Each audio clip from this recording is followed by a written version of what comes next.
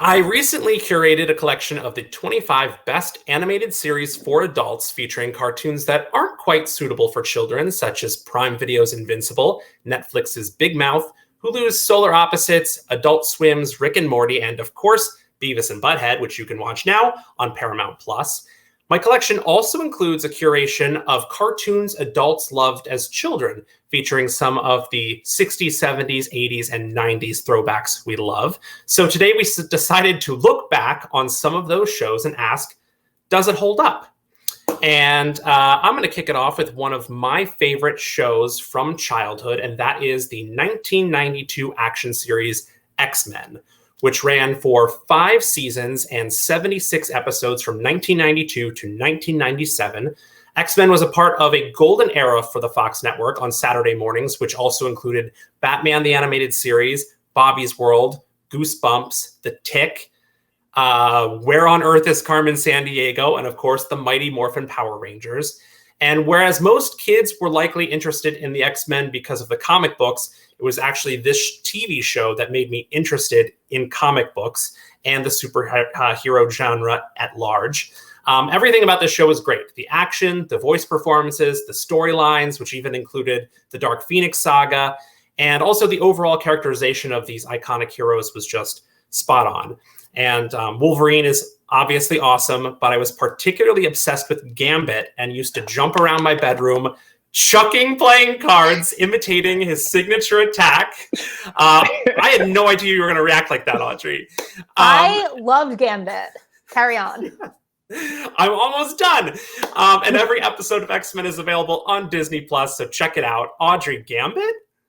I don't know why. My brother had all of the action figures and they were all just like, oh, whatever. You have like sword fingers and you have this. But like Gambit's cards were just so cool to me. And I don't know. I don't know why I liked him so much, but Gambit was my jam. I'm very excited to brought him up.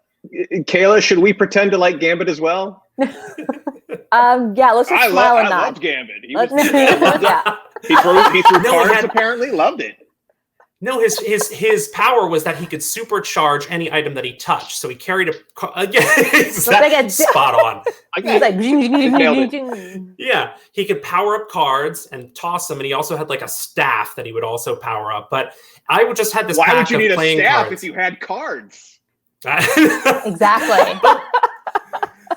He was awesome, and he had this Cajun accent, and he also always used to say "mon ami," like to or "mon ami, hello, cher." Like he was really into Rogue was like his girlfriend character in the show, but then they like made her Anna Paquin and younger for the movies. But yeah, he was. But he didn't was awesome. he have like he had like a traditional superhero kind of like spandex outfit, but then he had like a trench coat over it. Is that accurate? Yes. Yeah, and he had a mask, like he had a headband, but it only went like here and over to the sides, which doesn't protect any part of your face. Like you're just out there. He had a cool hair. He had cool. I actually kind of like hair. Yes, Gordon. If your weapon is a deck of cards, what do you do when that 53rd villain comes along? Yeah. I think he has multiple decks stashed in his pocket. That's why it's so convenient, because they're flat, they're portable, like you just pop them in your pockets. He could also just he used to just grab anything, power it up, and toss it. The cards were just throwable. Yeah. You also have the instruction card, Gordon, so you can just toss that too. Okay, there's 53 and a Joker, there's 54. And two, is there 2 Jokers or 1 Joker? Yep. Yeah. No. Just in case you needed to finish one off, you know. All right, Kayla, tell us about your favorite show from childhood. My favorite show is Hey Arnold, guys. I loved Hey Arnold. I love Nickelodeon, period.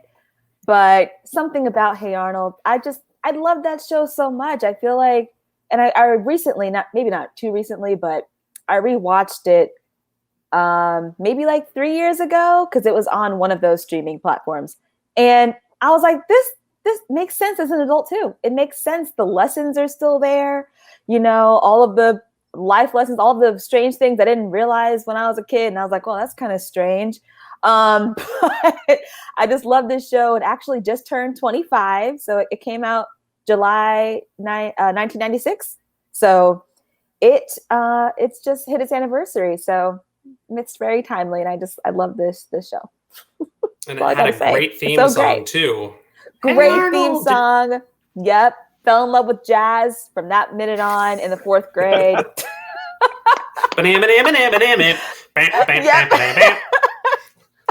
Wow. I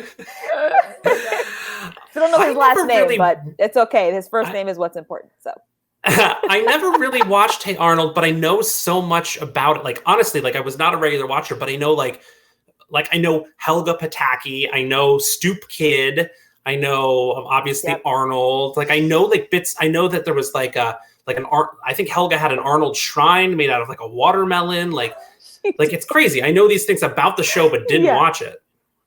Yeah, it's so weird. And that's one of the things that as an adult, I was like, oh, that's kind of strange, actually. It's like maybe she needs some therapy because that wasn't healthy. But Helga was a proper stalker. Yeah. Yes, very much so. All right. Gordon, you want to hit us with your cartoon of choice from childhood? I'd love to. So maybe not necessarily childhood, but young adulthood. I went with South Park. And, that if the question is, does it hold up? I think this is interesting because it's been on the air so long that I think the creators' attitudes has changed over the years. If you go back and watch really early South Park, it's interesting because obviously the animation is much more crude. Obviously with the way computers are now, they're able to do it, much better. But the comedy is much more crude, which is weird because South Park has always been going out there with all the, the crazy storylines and stuff like that. And they don't shy away from controversy. But the early ones, I think of like when you're younger and your sense of humor is more random and more like, a curse word being a punchline or something gross or disgusting being a punchline. South Park kind of seemed to lean on that a lot back in the day. But now, if you watch more recent episodes, it's like the inappropriateness and the crudeness is still there, but it does seem like Trey Parker and Matt Stone, the show has aged as they have aged, and I think the jokes I think it's gotten better with age, like a fine wine, if you would. So does it hold up? The old ones, maybe not so much. But the ones today, I think, are doing pretty well. And they play it basically on a loop on Comedy Central. So if you're ever looking for Sweet Home Alabama or South Park, it's on right now. Stick with this show. Wait till we're done, and then go find them with your Xfinity voice. I don't know what it says about me that I prefer the crude humor of the earlier episodes, but I think I know what it says about you, David. I think I know exactly what it says about you. Not anything that people didn't already know. But I remember. So my parents both worked in the restaurant business growing up, so they always worked Fridays and Saturday nights. So we were always left to our own devices at home, sort of babysitting ourselves, watching whatever we wanted. And they were one of their biggest nights of the year was New Year's Eve. And I remember South Park had a big New Year's Eve event one year, like a marathon on Comedy Central. And my sister and it was the first time we ever watched it. Clearly too young to be watching it. And I remember my stepfather coming home and he said, "Is this that show with those foul-mouthed kids?" And we were like, "Yep." And that was it. And he didn't say anything else. And that was like my first memory of South Park. That was a very accurate description. Yeah, he was spot on. I always got kicked out of the room, so I didn't even get a chance to see it. My brother would be like, "Get out," and I'd be like, "Oh, okay, well, I guess I'll just go upstairs and do something else." Watch Hey Arnold. You can just turn your TV on and watch it now. As a little sister, it was your responsibility to be more of a pain in the backside, and you should have been like, I should have been right here. I should have. I really should have. You missed out on so much crude humor.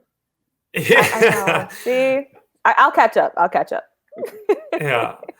Audrey, tell us about your favorite cartoon from childhood. Yeah, so mine's a bit more wholesome than South Park. It is Captain Planet and the Planeteers. And it ran for 5 seasons starting in 1990, and you can watch it now on Amazon Prime. But if you don't know, and you should, but if you don't know, basically the whole plot was Captain Planet and the Planeteers were teaching everyone about environmentalism and how to save the world from things like deforestation and global warming, and to be a good citizen of the world, so that people of the future could enjoy it. So thinking about that, like, that's 1990. That's like, a decent while ago. And I think it holds up because we still need that lesson. Because we're still not doing a great job.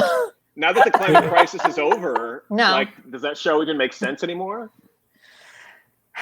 Yeah. I think they need to be teaching our kids about how to save the world still.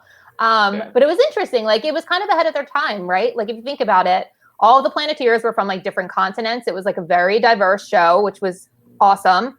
And it also had a star-studded cast. And I had to write down some of these names because some of them I know by heart just from loving the show as a kid, but I wanted to make sure I got them all because both the talent is impressive and their character names are also amazing. So let's see, real quick. Dr. Blight was played by Meg Ryan. Venomous Scum, with 2 M's, was played by Jeff Goldblum, which, like, what a good voice to be Venomous Scum. Tim Curry was a talking computer named Mal. Ed Asner was an oil baron named Hoggish Greedley. Yep. Martin Sheen played Sly Sludge. Sting, the musician, was an evil spirit named Zarm. And then on the good side, the Planeteers, Gaia, the spirit of the earth, was Whoopi Goldberg. And Kwame, who, the only other Kwame I know, besides our Kwame of Xfinity fame, Kwame was played by LeVar Burton. Which, like, what a cast of people teaching, the youth about the world. Now, Audrey, you said you knew those names by heart, but did you also know them by earth, wind, fire, and water? Oh, yes. That's see what I did there? Amazing tie back to the ring. And you forgot to mention that show had a rocking theme song. It did. Would you care to perform it? I would bet money David knows the words. I can't think of how. I can't think. Oh yeah, he's a hero. Gonna take down to zero. That's all I know. He's our powers magnified, and he's fighting on the planet side. Yes, I love it. Oh, and the only other thing that I did come across that I didn't know as a kid that I wanted to mention, that Tom Cruise was originally supposed to be Captain Planet. And he filmed or recorded like 6 episodes and then backed out for reasons still unknown. But because that would have been also right. I mean, he hates the environment, Tom Cruise. Well, that was one of those shows we used to imitate on the playground, and everyone was like Earth, Fire, Wind, Water, Heart. Like no one really wanted to be Heart because it wasn't cool. Like, let me just call this animal over; they'll take care of it. Like. Which is actually pretty cool, but when you can control all those other elements and then it's like, let me call a squirrel over, it's not quite as entertaining. But he could communicate to animals. That's much cooler than throwing a deck of cards at somebody, okay? So that's... No. Is that what you're saying? No, it isn't. Bite your tongue. Bite your tongue. Full circle. We did it, guys. Good job. All right. Well, I think it's safe to say all 4, still hold up. And you can check those out, as well as my full list of 25 best cartoon series for adults by saying best cartoons for adults into your voice remote.